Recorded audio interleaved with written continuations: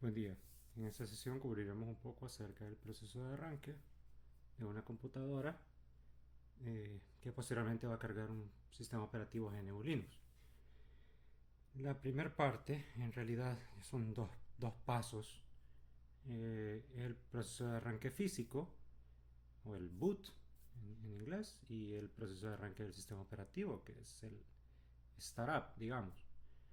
Entonces vamos a cubrirlos separados. El proceso de arranque físico es independiente del sistema operativo, no tiene nada que ver con él, pero eventualmente le va a dar el control o las herramientas para poder arrancar el sistema operativo. El arranque físico boot, eh, desde el inicio de las computadoras personales, que fue desarrollado por IBM, creó un concepto de algo que se conoce como el BIOS, el Basic Input Output System. Y hace algunos años, si no me falla la memoria, de la década de los 2000, se migró a un concepto que se llama UEFI, que desarrolló Intel.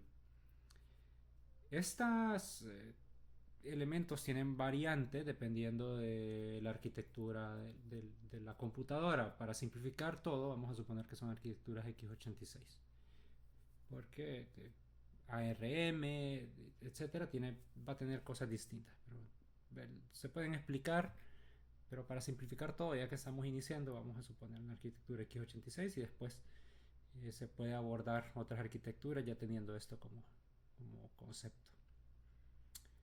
Bueno, primero, ¿dónde está el BIOS? Cuando el equipo se va a arrancar, el procesador lo primero que hace cuando se energiza es buscar al final de la memoria del Basic Input o el Output System, que es el BIOS, y lo va a ejecutar. Eso quiere decir que esto es un chip que viene en la tarjeta madre, en el motherboard, y lo va a ejecutar.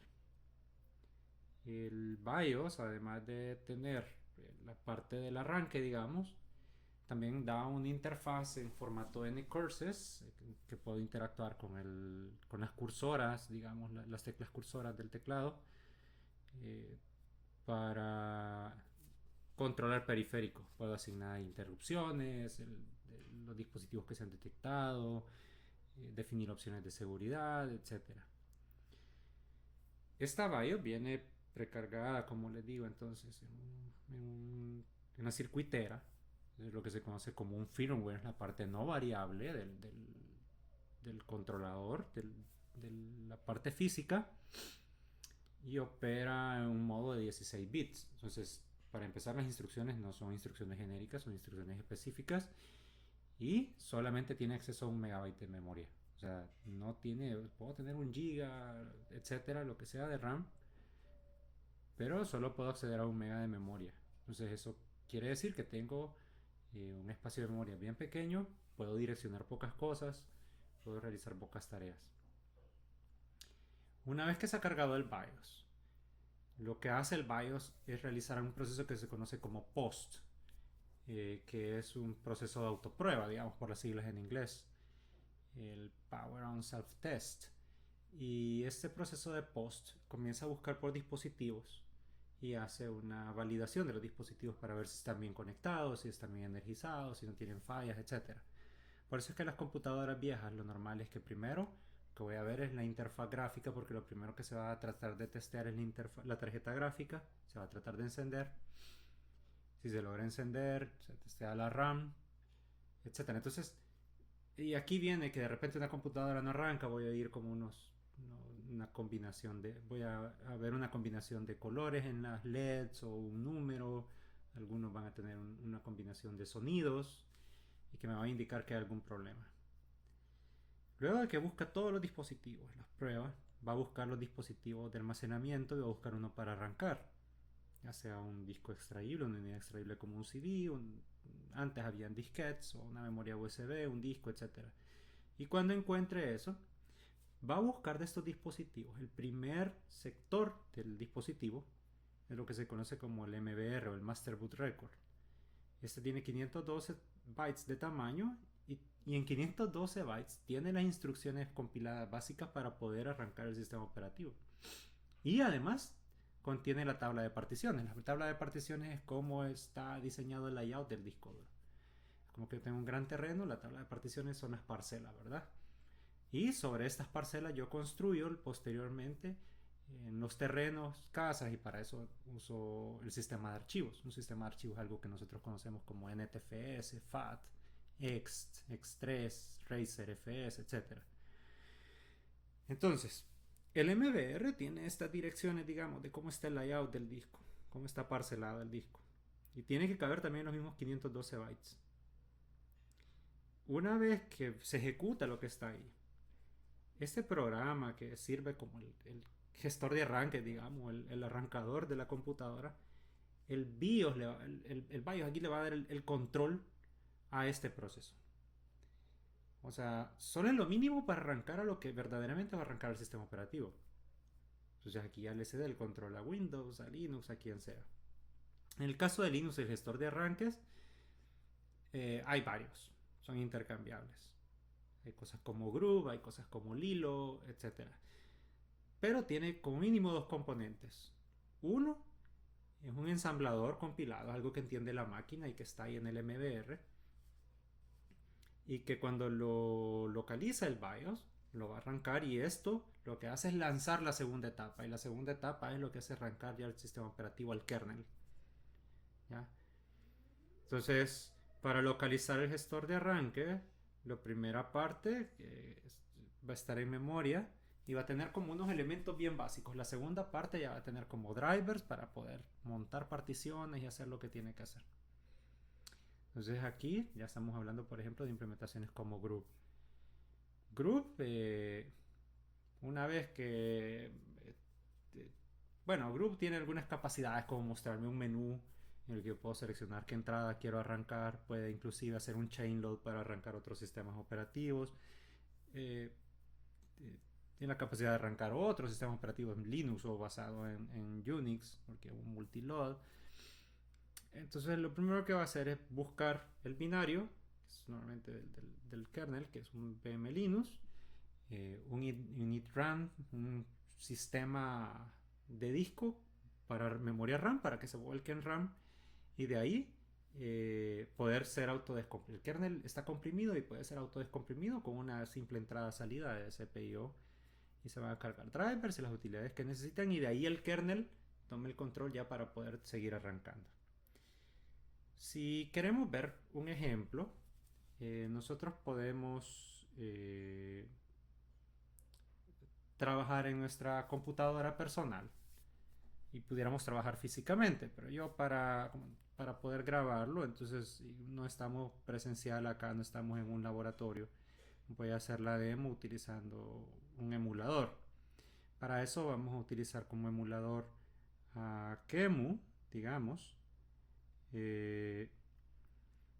y vamos a cargar una implementación de BIOS, que es la implementación por defecto para QEMU, digamos, que se llama CBIOS.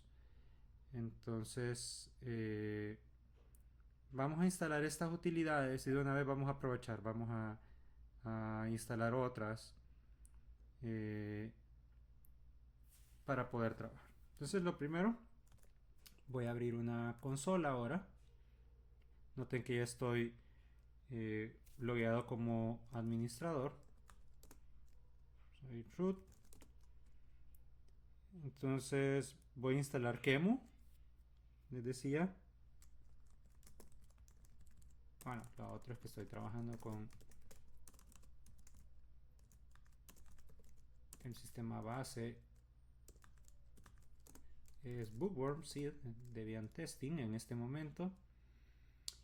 Y es una computadora de 64 bits. Entonces voy a instalar QEMU. Voy a instalar la implementación por defecto que les decía, se llama CBIOS. Ya que vamos a estar haciendo esto, vamos a hacer un ejemplo posterior también. Voy a instalar una implementación de EFI que se llama OVMF. Y voy a instalar BNC Viewer, que es un visor, digamos, de BNC. BNC es un protocolo para conectarme a un escritorio remoto. Entonces, para conectarme a una interfaz gráfica remota, como no tengo la computadora física, cuando yo esté emulando la computadora, va a abrir un puerto de red donde yo me puedo conectar de manera remota, como si estuviera viendo la pantalla, digamos. Entonces voy a hacer eso. Actualmente los paquetes creo que eh, ya lo tengo instalado. Se me dice, mira, es un paquete virtual, puedes instalar cualquiera de estos. Tiger MVC o Style MVC. Cualquiera de estos puedo trabajar. Yo ya lo tengo instalado si no me equivoco. Ya está ahí. Entonces ahora lo que voy a hacer es que voy a arrancar una máquina virtual. Voy a abrir una segunda consola. Bueno, lo voy a correr acá.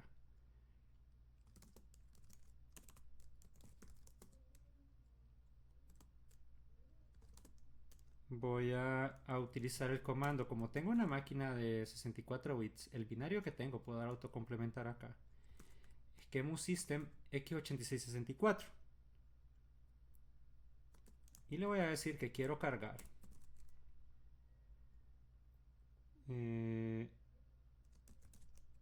que me muestre el menú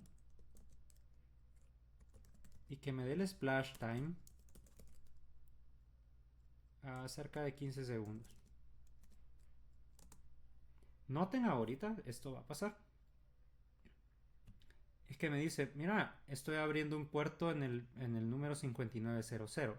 Quiere decir que ahora yo me tengo que conectar con el visor BNC acá para ver el BIOS corriendo. Voy a repetir el proceso con control C, cancelo la instrucción. Voy a tener una segunda pestaña acá para hacer BNC Viewer a la dirección 127.0.0.1, que es lo mismo que me estaba mostrando allá, solo que me lo mostraba en IPv6. 5600 creo que era la dirección. No, 5900. No recuerdo, ya lo voy a ver ahorita. Voy a regresar a la pestaña anterior. Voy a ejecutar 5900 en efecto. Entonces voy a lanzar. Y vean que ahorita estoy viendo a Qemu lanzar un BIOS. Y le digo, mira Escape para las opciones. Y me dice, quiero cargar de acá, etc. Pero aquí ya tengo un BIOS funcional. Obviamente esto no va a ir a ningún lado porque no tengo, solo estoy emulando el BIOS. No estoy emulando ningún dispositivo físico, no estoy emulando un disco duro, no, un CD, no le he dicho nada. Entonces aquí no va a ir a ningún lado. ¿Ya? Pero tengo un BIOS ahí corriendo. Y esto, y pueden buscar el código fuente en internet y ver cómo funciona. Se puede decirle que quiero que cargue de la red, por ejemplo, voy a intentar cargar de la red, no tiene nada de la red. Entonces no va a hacer nada. Pero ya lo tengo ahí. Ok. Ahora, a partir de UEFI apareció algo que se conoció como EFI o UEFI, que fue desarrollado por Intel. Intel hizo este prototipo, lo presentó en la arquitectura, um, se llamaban Itanium 64, si no me equivoco, y después lo donó. Entonces se generó como para que todos los proveedores hicieran como lo mismo, todos los fabricantes hicieran lo mismo, se conocía no como EFI, sino que como UEFI, de Unified Extensible Firmware Interface, que la idea es tener un firmware, es una especificación, digamos, un montón de normas y que cada fabricante tiene que cumplir con esas normas. Entonces hay una implementación por defecto que se llama EDK o EDK2 y de hecho bastantes productos comerciales utilizan esa implementación por defecto. Ahí en la dirección que se está mostrando de GitHub pueden buscar para Tianocore cómo está hecho. Ya no está hecho esto en ensamblador, está hecho en C. Es mucho más inteligente porque ya no carga el primer sector, sino que lo que va a buscar es un sistema de archivos específico, normalmente en formato FAT32, y a partir de ahí busca en los directorios y ve si hay una estructura de directorios que espera para decir, esto es un EFI, de aquí puedo arrancar. Entonces, esto da muchas más opciones. Ya puedo direccionar toda la memoria, bueno, hay varios casos. Soporta variables de entorno, eso quiere decir que puedo decir, mira, si no encontrás algo aquí, desliza y busca en otro lugar. Entonces puedo tener múltiples opciones y si falla alguna de esas, pues pruebo otra. Hay cosas que están hardcore como Remote Media Path, etc. Ya no solo estoy limitado a 1 megabyte, como les decía, Y la otra cosa importante es que ahora aparece un nuevo formato para las particiones. Y es que antes había un detalle, solo podían existir cuatro parcelas principales, digamos. Ya, solo podían existir cuatro particiones principales en el formato antiguo que se llamaba MSDOS. Y MBR, como era bien pequeño, no permitía tener muchas parcelas, solo podía tener cuatro. Y además, el tamaño máximo del disco que se podía direccionar era como 2 terabytes. Hay que tener en cuenta que cuando se creó esto, un tamaño gigantesco era de 100 megas. Entonces pensar que íbamos a tener un disco de 2 teras era impensable, pero ahora es algo común encontrar un disco de 2 teras.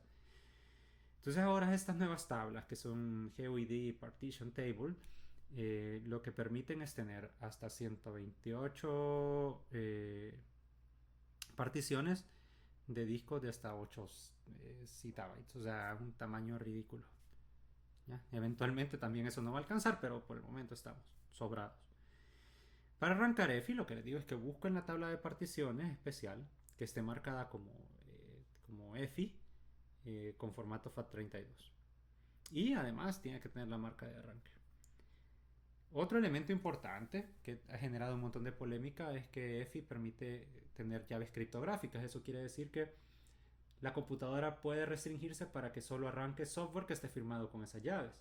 Entonces, en principio de seguridad se ve bueno, pero también es un elemento de mercado bastante que ha resultado como malas prácticas en las que un proveedor trata de amarrar y que diga, por ejemplo, solo si es Microsoft, esta computadora solo te funciona si es Microsoft lo que vas a obtener ahí y si es algo que Microsoft avala.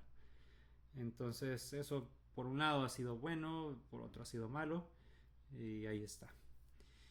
Entonces, lo otro importante es que ya no es un requisito, digamos, tener un cargador de segunda fase porque puedo lanzar directamente al group. O sea, ya no tengo que tener el lanzador LMBR, sino que ya inmediatamente puedo lanzar al group. Bueno, veamos ahora el ejemplo de cómo trabajar con EFI, ¿verdad? Voy a regresar acá a las consolas.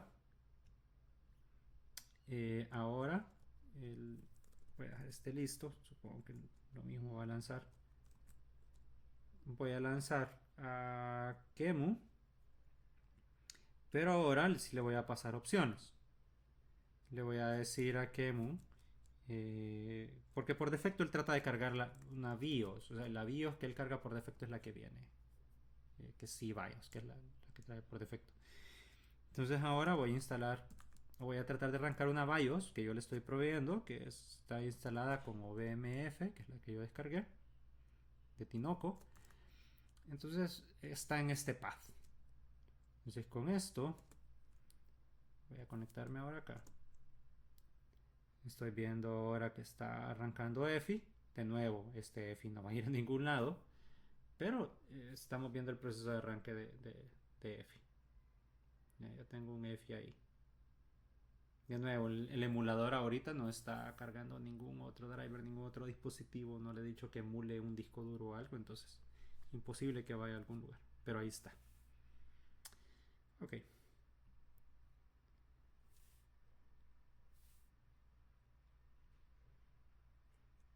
En el proceso de carga, esta parte ya es dependiente del sistema operativo y en algunos casos puedo seleccionar entre varios, ¿verdad? Les decía que Groove es una opción, pero también está Lilo y otras cosas.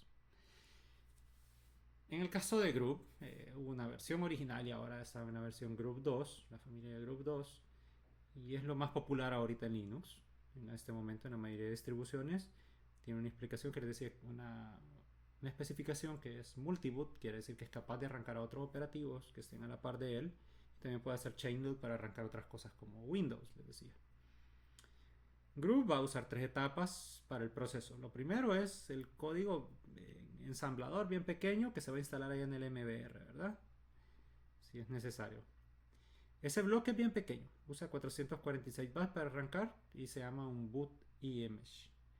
¿Ya? Entonces esa etapa es bien pequeña. Entonces le va a pasar el control a una segunda etapa, que es la etapa intermedia, el 1.5 digamos. Que esa segunda etapa se instala justo entre el MBR y la primera partición. Ahí queda un espacio en blanco, ¿ya? Porque la primera partición también empieza a partir de determinado sector y queda un espacio ahí. Hay suficiente espacio para eso. Y con ese se pueden cargar los drivers para los sistemas de archivos. O sea, por ejemplo, para X3, supongamos que o X4, que ahí estuviera mi partición boot, que es lo que va a hacer arrancar todo lo demás. Entonces, todo lo necesario para esa etapa 2, yo lo puedo encontrar dentro de bootgroup, en el path de bootgroup. Y ahí van a estar los drivers y otros módulos. Y yo lo voy a ver. Eso es mi computadora. No voy a detener esto. Aquí en group van a ver que en x86-64F van a ver un montón de cosas. Aquí están un montón de cosas que son .mod. Estos son módulos, ¿se ven? Son los drivers para arrancar distintos tipos de archivos. Ya. Entonces aquí hay cosas para arrancar sistemas de archivos de red, sistemas de archivos locales, algunos elementos básicos. Va a servir para arrancar el kernel. ¿Ya? Entonces, una vez que el kernel se encuentre, se va a cargar, o se va a empezar a cargar. Eso se encuentra, el kernel se encuentra dentro de boot. No, perdón, se encuentra dentro de, en este caso, vamos a ver.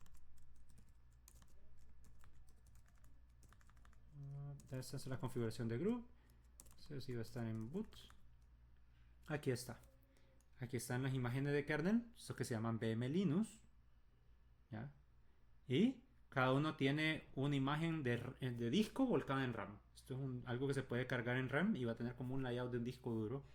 Y un System Map, que es como todos los módulos que tiene disponibles el kernel para poder utilizar.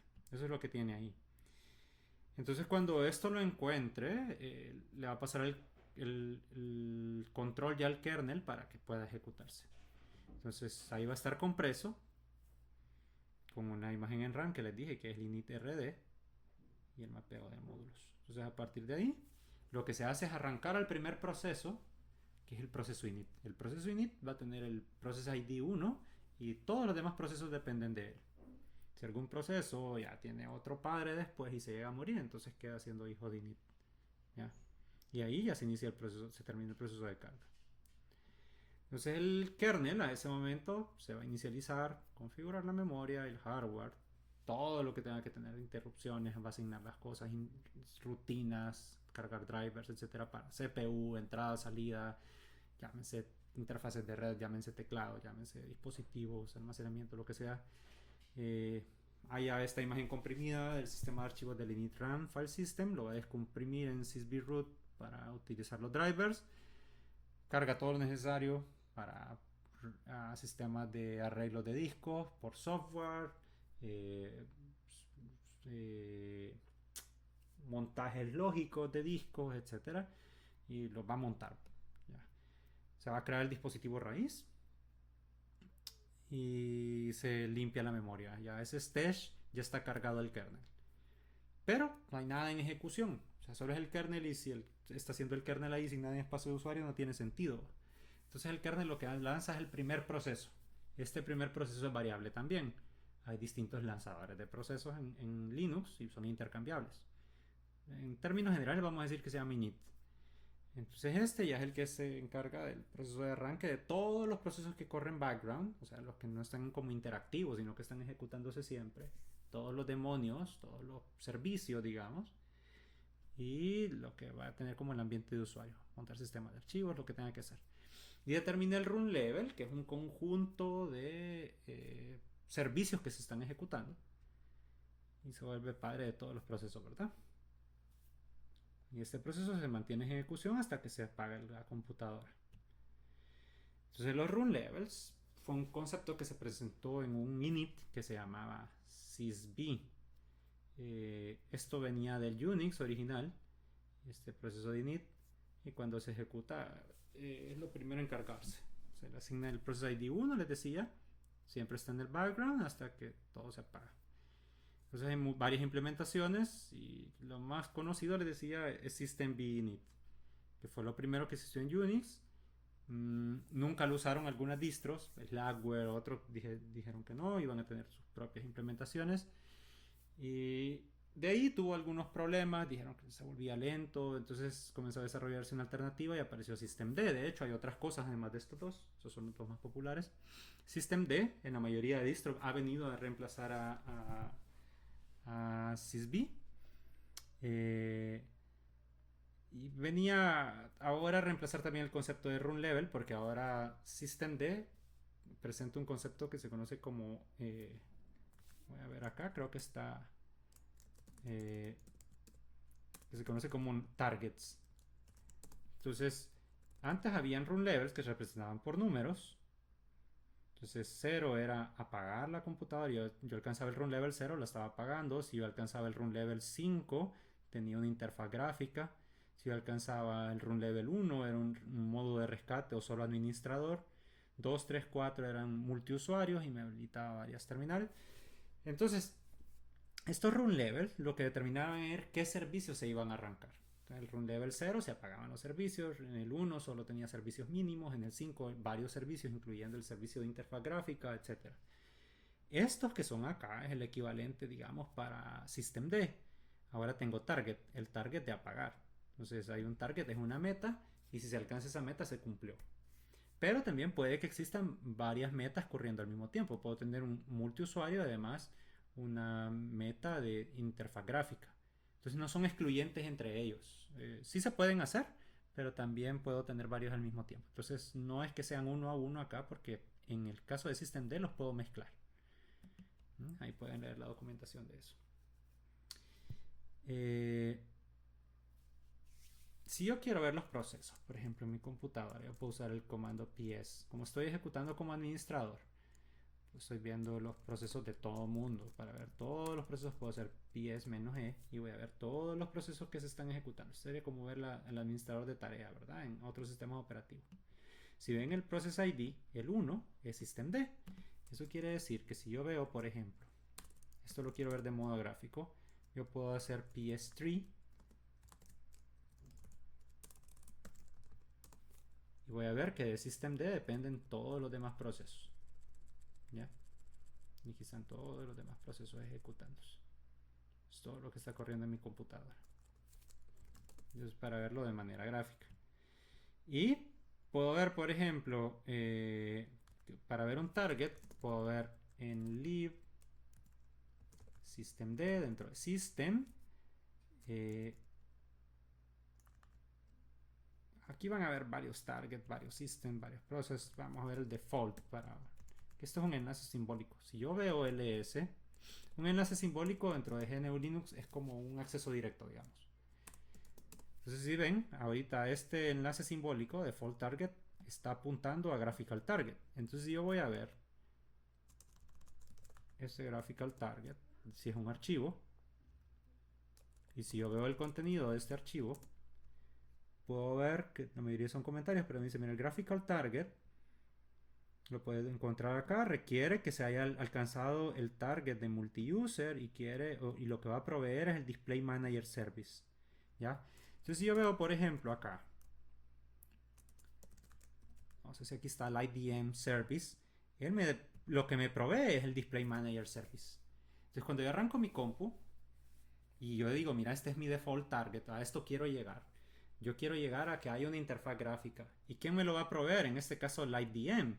Pero puede ser que sea otra cosa. Si yo tengo instalado Genome, por ejemplo, como gestor gráfico en lugar de KDE, que es lo que yo tengo ahorita, aquí va a aparecer GDM, por ejemplo, porque Genome tiene su propia interfaz gráfica. ¿Ya? O puedo usarlos mezclados como yo quiera. Entonces me da más libertad, más flexibilidad para eso. Entonces, más o menos esa es la idea. Después vamos a ver esto en detalle. Entonces, en resumen, el proceso de carga y arranque se puede listar como primero el BIOS o el UEFI va a ser el post.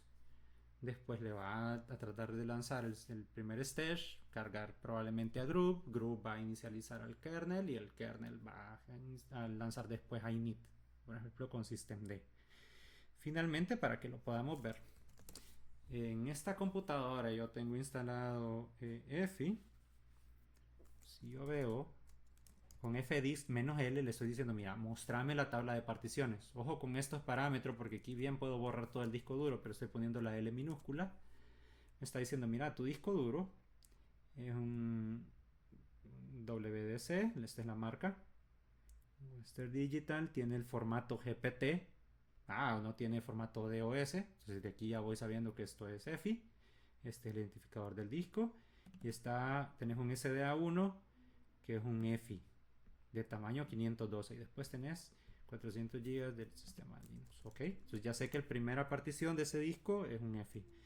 Entonces yo veo, ahora puedo decir EFI Boot Manager sin parámetros y me va a decir, mira, ahorita va a ser 4 segundos para cargar. Va a cargar la opción 4, perdón. En tiempo 0, no te voy a dar tiempo para ver nada. Y este es el orden. Si no carga 4, va a tratar 0, sino 1, 3 y 2. Entonces la opción 4 que yo tengo ahorita es Debian. Va a tratar de arrancar Debian. Ya. Entonces estas opciones yo pudiera decir, mira, si no arranca Debian por alguna razón, puedo arrancar Windows o tener varios EFIs en el mismo disco o en distintos discos para arrancar cada sistema operativo, que es lo saludable. Por ejemplo, Windows debería tener su propio EFI para arrancar y Linux su propio EFI para arrancar. ¿Por qué? Porque si hay una actualización de Windows, cuando sufra la actualización Windows va a sobreescribir su EFI y de repente, aunque tuviera una entrada para Linux, la va a borrar. En el caso de Linux, no, Linux es más buena onda y va a decir, ya hay otro Windows, entonces arranquémoslo. ¿Ya? Pero en el caso de Windows no, entonces lo correcto sería tener un EFI por cada sistema operativo para arrancar y así me evito todos esos problemas. Ahora, si yo quiero ver más detalle de esto, puedo hacer EFI Boot Manager y decirle, mira, dame un poco más de salida en modo verbose y me va a decir, mira, esta primera opción, por ejemplo, la 4, que es la que estaba arrancando, está en el disco duro 1, en la partición GPT, en formato GPT, en este disco, este es el identificador de disco, en esta dirección. Y el archivo que vamos a cargar es EFI Debian Shim x6486 x64EFI. O sea, lo que está arrancando esta opción es la opción firmada segura de Debian. ¿Ya? Entonces yo voy a ver esto en esa partición que se llamaba